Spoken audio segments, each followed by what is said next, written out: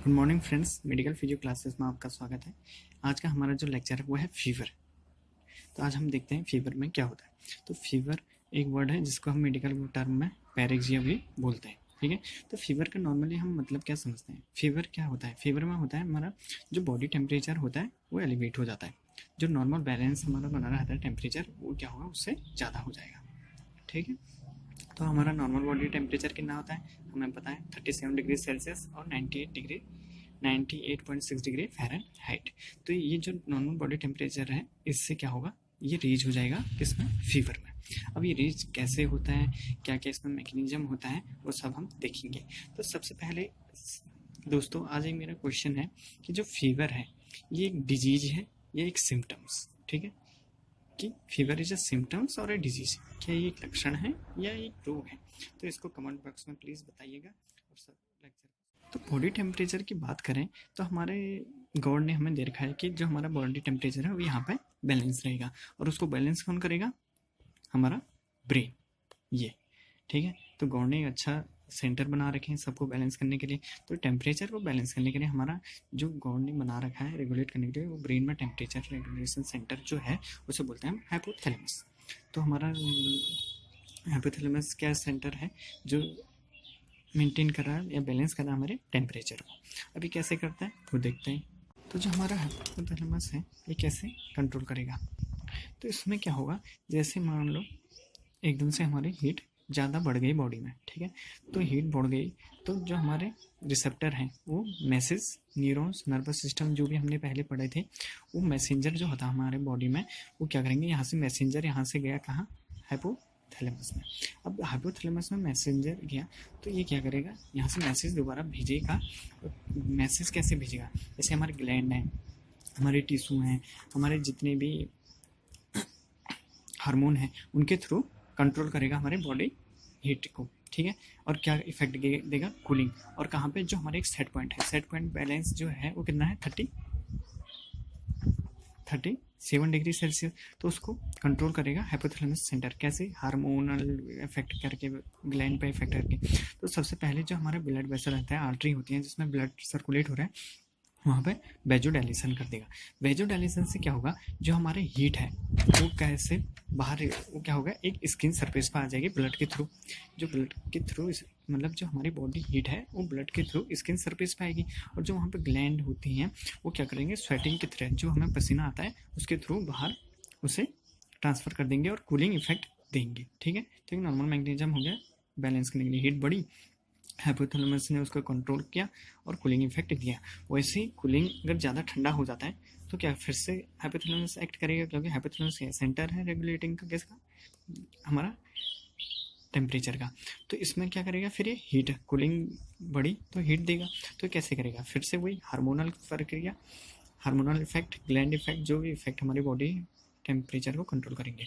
उसमें क्या करेगा, मान लो नॉरएफ्रिन को रिलीज किया तो क्या करेगा, वेजो कंस्ट्रिक्शन करेगा। वेजो कंस्ट्रिक्शन जैसे डायलेशन हो रहा था ब्लड वेसल का, कंस्ट्रिक्शन सिकुड़ेंगे, जिससे कि जो हमारी हीट है अंदर को उसको लॉस होने से बचाएंगे और हीट कंट्रोल करेंगे। एसिटाइलकोलिन क्या करेगा, जो मसल है, मसल में क्या करेगा, कॉन्ट्रेक्शन तेज कर देगा, जिससे कि सीवरिंग होगी, कपकपी जो हमारे को होती है। तो उससे क्या होता है, कपकपी होगी तो अंदर का टेम्परेचर रेगुलेट होगा और हीट प्रोड्यूस करेगा, नॉर्मल लाने की कोशिश करेगा, हाइपोथैलेमस बैलेंस करेगा जो हमारा सेट पॉइंट है। ठीक है, अब जैसे हमने ये देखा कि ये तो सब बैलेंस हो रहा है, तो हमारा टेम्परेचर बढ़ेगा कैसे। ठीक है, क्योंकि फीवर क्या होता है, एलिवेट टेम्परेचर। अब जैसे मान लो टेम्परेचर बढ़ा, लेकिन हाइपोथैलेमस क्या उसे कंट्रोल कर सकता है, लेकिन नहीं। फीवर में क्या होता है वो अब हम देखते हैं मैकेनिज्म के थ्रू। तो हम फीवर में हम देखते हैं कि फीवर कैसे होता है। जो बॉडी टेम्परेचर है वो हाई हो जाता है और कैसे हाइपोथैलेमस से कंट्रोल नहीं होता, कूलिंग इफेक्ट कैसे नहीं आता। तो ठीक है, सबसे मान लो हमें क्या हुआ, किसी इन्फेक्शन डिजीज हो गई। इन्फेक्शन मतलब बैक्टीरिया से या वायरस से, किसी चीज़ से भी इन्फेक्शन हो गया, या इंजरी हो गई, कहीं पर ट्रॉमा हो गया एकदम से, तो इन्फ्लामेटरी प्रोसेस हो गई। तो इससे क्या होता है, जो हमारे इम्यून सेल्स हैं, इम्यून सेल रिलीज हो गई। इम्यून सेल क्या है, एक बॉडी प्रोटेक्टिव मैकेनिज्म है। ठीक है, जो बॉडी प्रोटेक्टिव मैकेनिज्म है, इम्यून सिस्टम है, वो इम्यून सेल्स प्रोड्यूस करेगा, क्योंकि बाहर से कोई बाहरी चीज़ हमारे शरीर में आ रही है तो उसको हमारी बॉडी खत्म करने के लिए, मारने के लिए इम्यून सेल भेजेगी। इम्यून सेल भेजेगी तो मोनोसाइट एक्टिवेशन होगा। अब मोनोसाइट एक्टिवेशन हो रहा है तो वहाँ पर एक केमिकल रिलीज होता है। अब जो केमिकल है उसका नाम है पायोजेनिक साइटोकाइंस। जो साइटोकाइंस एक प्रोटीन से बने की तरह होते हैं और जो कि हमारे इम्यून सेल से रिलीज होते हैं, बनते हैं। अब उस ये पायोजेनिक साइटोकाइंस क्या होंगे, सर्कुलेशन होगा किसमें, ब्लड में। ठीक है, तो अब तक हमने क्या देखा, इन्फेक्शन हुआ, डिजीज हुई, कोई बाहर से चीज़ आई शरीर में, इम्यून सेल ने रिस्पॉन्स करा, केमिकल रिलीज हुआ।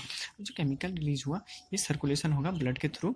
ठीक है, और एक्ट कहाँ पर करेगा, टेम्परेचर सेंटर हाइपोथैलेमस में। कौन, ये साइटोकाइंस। ठीक है, अब ये कहाँ पर सर्कुलेशन के थ्रू। और साइटोकाइंस कौन से, पायोजेनिक, मतलब जो पैथोजन आया, पायरोजन बोलते हैं उसे। ठीक है, पायरोजन आया वो साइटोकाइंस से रिलीज होके इनके साथ सर्कुलेशन में गया। सर्कुलेशन के थ्रू कहाँ पर गया, वो हाइपोथैलेमस में। तो वहाँ पर क्या करता है, जो एक चीज़ होती है हमारे अंदर, प्रोस्टाग्लैंडिन। तो हमारी बॉडी में एक प्रोस्टाग्लैंडिन होती है। प्रोस्टाग्लैंडिन क्या होता है, एक लिपिड कंपाउंड होता है जो कि हमारे बॉडी के वहाँ पे पाए जाते हैं और जो हमारे एक हार्मोन की तरह एक्ट करते हैं।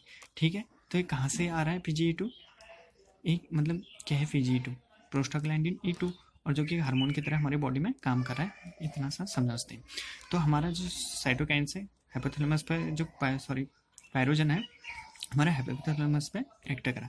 तो ये जब यहाँ पर आता है हाइपोथैलेमस में, ये क्या कर लेता है, हमारे जो PGE2 है ये क्या करता है, इंड्यूस कर देता है इसके सिंथेसिस को। मतलब PGE2 जो प्रोस्टाग्लैंडिन है उसके सिंथेसिस को बढ़ा देता है, मतलब ज़्यादा मात्रा में बनने लग जाता है। तो इसका क्या काम है, ये देखते हैं। देखा कि ये PGE2 को सिंथेसिस की मात्रा को बढ़ा दे रहा है, लेकिन इसका काम क्या है, ये क्या करता है, PGE2 क्या कर देता है, elevate a new set point of temperature. ये बहुत ही महत्वपूर्ण पॉइंट है, बहुत ही इंपॉर्टेंट पॉइंट है। ठीक है, अब जो PGE2 है ये सिंथेसिस बढ़ा तो ये किसने कर दिया, एक न्यू पॉइंट सेट कर दिया, पॉइंट का टेम्परेचर। ठीक है, मान लो नॉर्मल बैलेंसिंग जो पॉइंट है वो हमारा ये है। ठीक है, सेट पॉइंट है पहले से कि यहाँ तक अगर ये 37 डिग्री मान को चलो ये है, लेकिन अगर ये जैसे ही बढ़ता है यहाँ से ऊपर अगर टेम्परेचर गया तो कूलिंग इफेक्ट आएगा। लेकिन ये क्या करता है, हाइपोथैलेमस में जाए वहाँ क्या कर देगा, इस पॉइंट को यहाँ तक बढ़ा दिया। अब हाइपोथैलेमस में अगर यहाँ तक हीट जा रही है लेकिन हाइपोथैलेमस काम नहीं करेगा ना, क्योंकि पॉइंट बढ़ गया। पॉइंट बढ़ेगा तो हाइपोथैलेमस कूलिंग इफेक्ट लाएगा ही नहीं, समझ रहे हो। प्रोस्टाग्लैंडिन सिंथेसिस क्या कर रहा है, elevate a new set point of temperature. जैसे हमारा बैलेंसिंग टेम्परेचर सेट पॉइंट ये है, ये जो ब्लैक दिख रहा है यहाँ पे, लेकिन ये जब सिंथेसिस पायरोजन आया, पायरोजन ने सिंथेसिस बढ़ा दिया तो ये ये क्या कर देते हैं, इसको नया कर देते हैं। नया हो गया, अगर मान लो यहाँ से टेम्परेचर राइज हो रहा है, यहाँ तक जा रहा है, तभी हाइपोथैलेमस काम करेगा। जब तक मान लो 37 डिग्री है, यहाँ पर गया हीट, लेकिन हाइपोथैलेमस काम नहीं करेगा, कूलिंग इफेक्ट नहीं देगा। क्यों नहीं देगा, क्योंकि न्यू सेट पॉइंट हो गया। तो इसीलिए जब हमारा फीवर या टेम्परेचर राइज होता है तो पसीना नहीं आता है, क्योंकि जब तक इस न्यू सेट पॉइंट तक टेम्परेचर हाई ना होगा। ठीक है, तो हमने देखा कि न्यू सेट पॉइंट बनता है जिससे हीट रिस्पॉन्स ज़्यादा आएगी और उसे हम क्या बोलते हैं, फीवर। हम समझ गए कि फीवर कैसे आया, इन्फेक्शन हुआ, इन्फेक्शन से इम्यून सिस्टम रिस्पॉन्स ने काम किया हमारा, क्योंकि ठीक है, और केमिकल रिलीज हुए जो पायरोजन सर्कुलेशन में गई, टेम्परेचर सेंटर हाइपोथैलेमस में काम किया, हाइपोथैलेमस से PGE2 सिंथेसिस बढ़ गया। PGE2 सिंथेसिस ने क्या कर देगा, एलिवेट कर देगा किसको, न्यू सेट पॉइंट को, और न्यू सेट पॉइंट एलिवेट होगा तो हीट रिस्पॉन्स ज़्यादा आएगी और फीवर आएगा। तो फीवर क्या है एक, एक प्रोटेक्टिंग मैकेनिज्म, क्योंकि बॉडी खुद रिस्पॉन्स कर रही है ना टेम्परेचर राइज करने के लिए। ठीक है, तो fever is a protecting mechanism of body. जैसे कि कोई पैथोजन इन्फेक्शन आ रहा है, उसको के साथ बॉडी हमारी लड़ाई करेगी, फाइट करेगा, तो टेम्परेचर बढ़ाएगा, एक मैकेनिज्म है टेम्परेचर बढ़ाना। जैसे इन्फ्लामेशन एक मैकेनिज्म प्रोटेक्टिव रिस्पॉन्स है, तो वैसे फीवर भी है, जैसे कि टेम्परेचर बढ़ेगा उसे किल करने की कोशिश करेगा।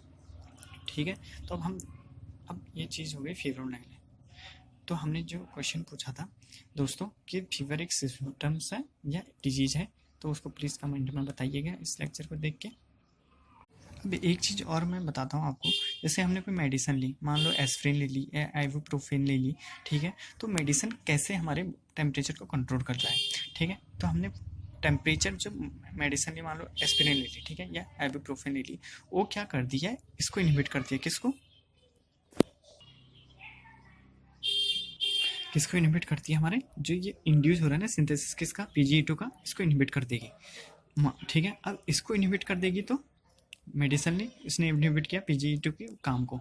अगर ये इनहिबिट हो गया तो एलिवेट न्यू सेट पॉइंट नहीं होगा, जो हमारा न्यू सेट पॉइंट हो रहा था वो एलिवेट नहीं होगा, नॉर्मल बैलेंस रहेगा। हीट बढ़ेगी तो नॉर्मल यहाँ पर रहेगा, जैसे ही हीट बढ़ेगी हाइपोथैलेमस अपना काम करेगा, कूलिंग के लिए भेज देगा। ठीक है, तो फीवर हाई टेम्परेचर नहीं होगा। तो ऐसे मेडिसिन काम करती है। और अगर हम इन्फेक्शन डिजीज में जो भी हम वो लेंगे एंटीबायोटिक या एंटी इन्फ्लामेशन NSAIDs जो भी ड्रग्स लेंगे वो यहीं पे इसको ख़त्म करेंगे, इसको काम करने की कोशिश करेंगे। ठीक है, तो ऐसे टेम्परेचर रेगुलेशन होता है। थैंक यू दोस्तों, हमारा आज का लेक्चर आपको कैसा लगा प्लीज़ कमेंट्स करके बताएं, और मेरे क्वेश्चन का आंसर ज़रूर बताएं कि फीवर एक सिम्टम्स है या डिजीज़ है। और प्लीज़ दोस्तों, अगर आपको ये लेक्चर पसंद आए तो लाइक और सब्सक्राइब और शेयर करें। Thank you.